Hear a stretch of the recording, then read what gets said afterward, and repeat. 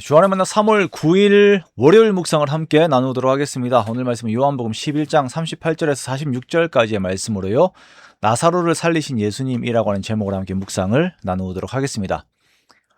오늘 본문에서는 죽은 나사로를 다시 살리신 예수님의 표적에 대해서 말씀을 하십니다.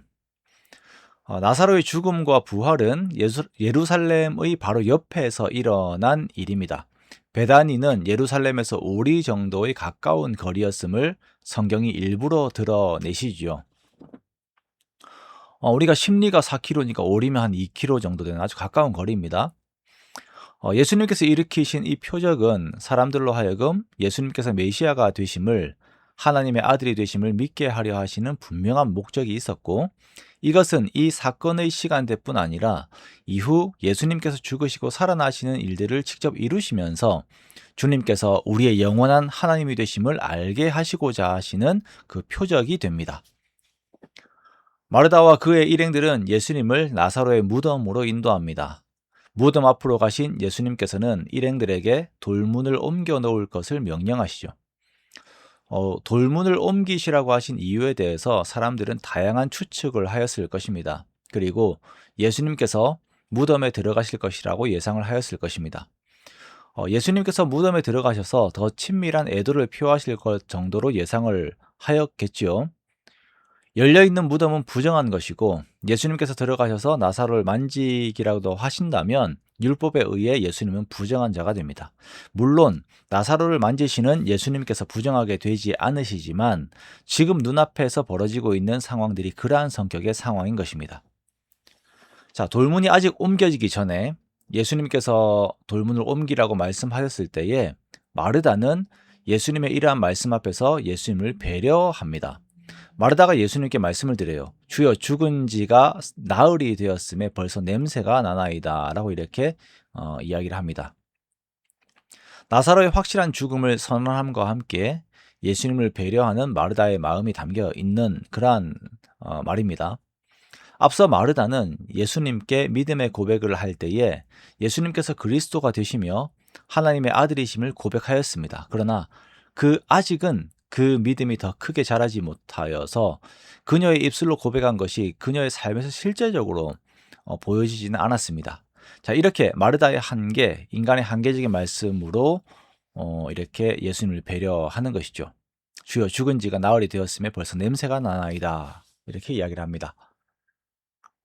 우리는 우리의 입술로 고백하는 예수님에 대한 내용들의 그 성격과 그 힘에 대해서 깊이 생각하지 못하고 습관처럼만 이야기할 때가 참 많이 있는 것 같습니다.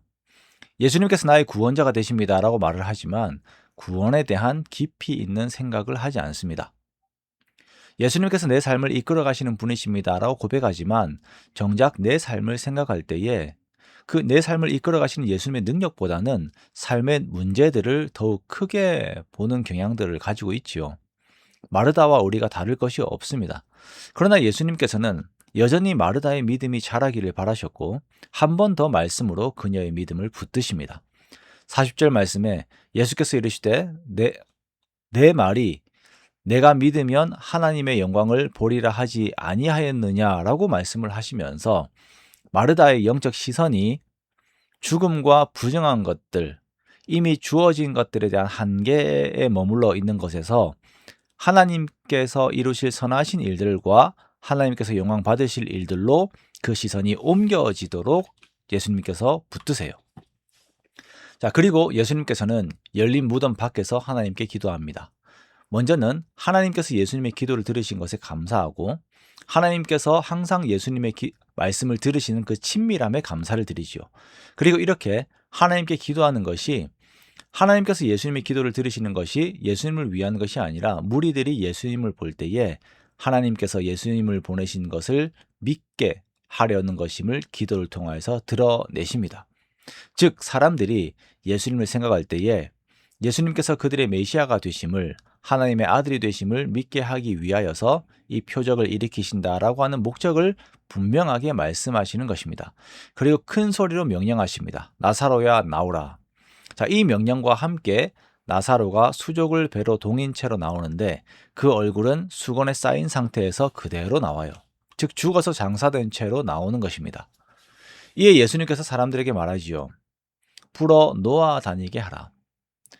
자, 죄와 사망의 권세에 묶여 있었던 나사로가 죄와 사망의 권세에서 풀려나서 자유롭게 됩니다.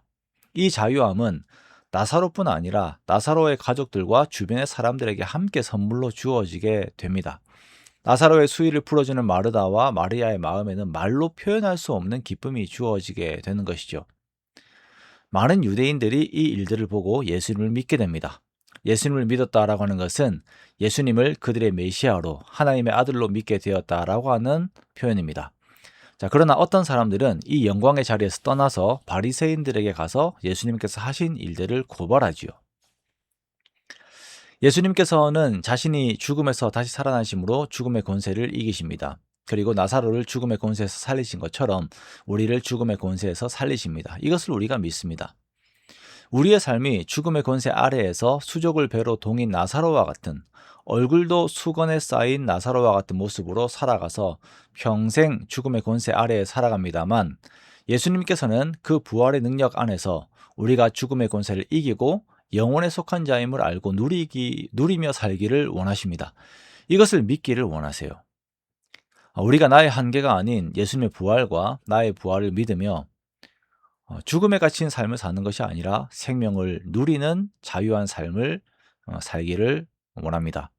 그렇게 이미 영원을 약속받은 자로서 하나님을 사랑하고 그리고 더욱 주의 뒤를 따르면서 매일매일 주께서 우리에게 허락하신 그 복된 삶, 영생의 삶을 누리는 저와 여러분이 되시기를 주님의 이름으로 축원합니다.